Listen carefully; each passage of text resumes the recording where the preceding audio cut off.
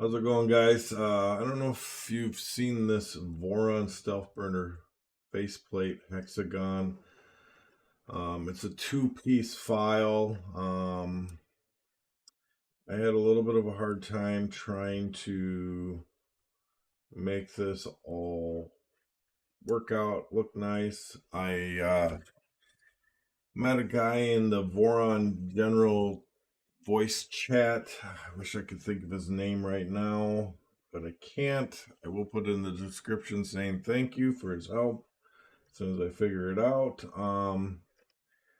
But I was able to do it by myself the first time, but it was a very choppy way. So I'm just going to take you through a way that we kind of figured out that is a little easier.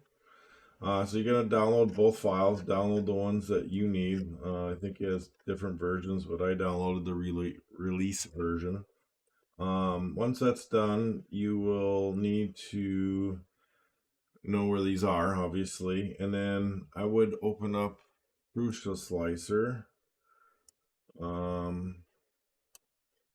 me a second to open that up.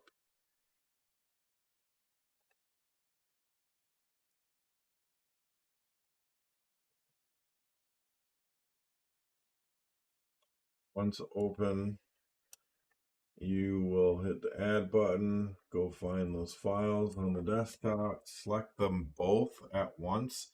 To do that, you highlight one by clicking it and then hitting control and then clicking the mouse, which will select both of them. Open it. When you open it, it's upside down. In the video, he uses the flip method by selecting one, but right now, because we imported them, they're both selected right now.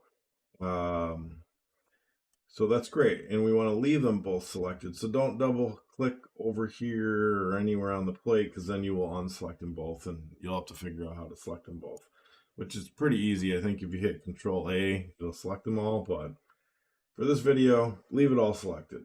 Then you're going to grab this and you're going to turn this all the way over. And you see these little white marks here in the inner circle. Those will just take you right to 180 degrees, 135, 90, so on, so on, so on. So we're going to flip this whole thing over. And then we're going to click off to the side. And as you can tell, it's perfectly aligned. That helped out a lot, because in the video they show them flipping it and then rotating it, and it's a little hard to line up.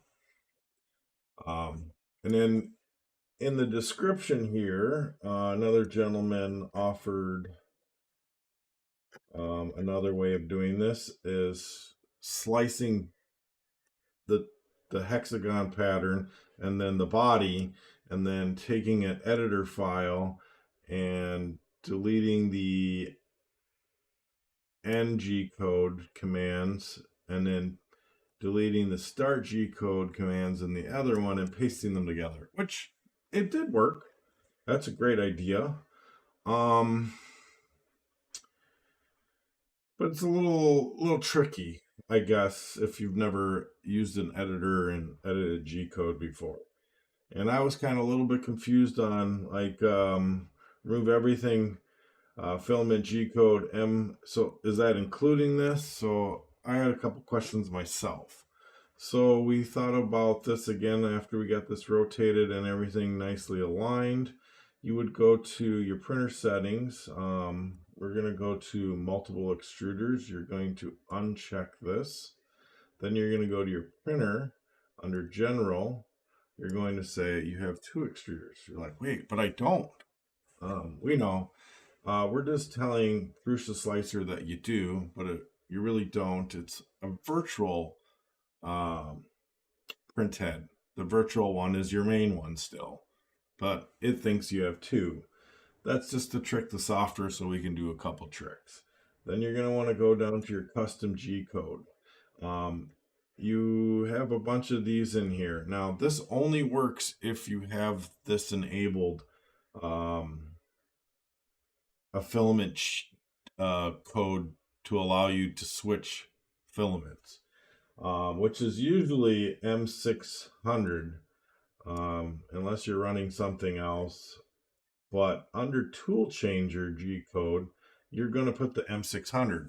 So when it thinks it needs to switch to a new tool head, it really isn't. It's just doing the M600 so you can change the filament. But once that's done and you have it in there, you're going to hit save or not hit save if you're just doing this one time. That's up to you. I recommend moving your purge block so your head, once, I don't know where your guys' parks, but mine parks up here. You change your filament. I had it over here, which then every time if there's a little piece hanging down from your nozzle, it would go across this and drag it. And then I'd have to hurry up and try to get it out of the way so it wouldn't ruin my print. So if you move this here, then after you're done doing your nozzle, or not your nozzle, but your filament change, it will come over here, go on the purge block, and then start the print, and then you won't worry about getting stuff all over your print.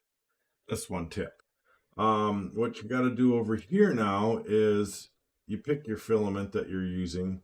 I pick two different colors I'd recommend, so you know the difference between the two. And then you're going to pick, like, your main body is going to be orange maybe, and then your hexagons are going to be the green secondary header. So now you can tell them apart a little bit. So now we have two extruders, a G code that's saying, hey, when you're supposed to change heads, which you're really not, we're just changing filament on the, so Prisha's like, all right, whatever. So then we're going to slice this. And once it's done generating it, you'll see it does the first layer.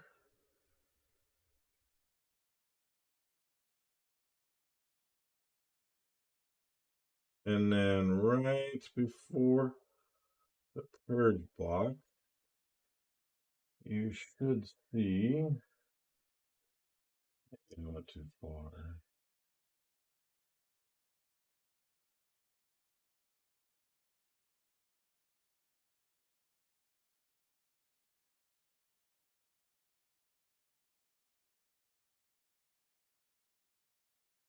Trying to get it in the frame, so bear with me.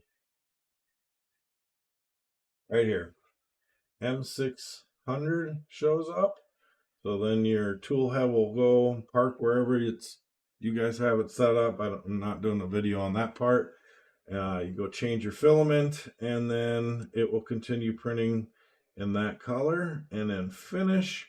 And then it's going to go to the next layer and request again to switch filament. Now these hexagon is three, I believe 1, 2, 3. 3 times you will have to switch the filament. So it's a little bit of a pain. You're going to have to go switch it, go switch it, go switch it. And then the last one should be your main color. So it'll just continue all the way up. I hope this video helped somebody out. And hopefully this is a little bit of an easier way of doing this for some people.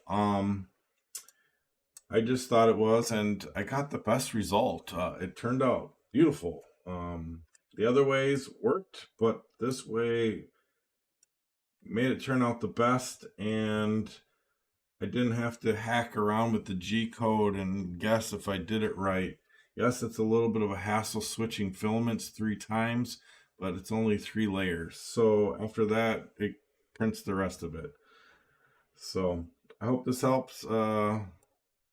If you can, hit the subscribe button, hit the thumbs up if this video helped you out. And definitely when I figure out who helped me in the Voron Discord channel, in general chat, what was it, last night, I will put your name in the description. And thanks a lot. I appreciate this trick.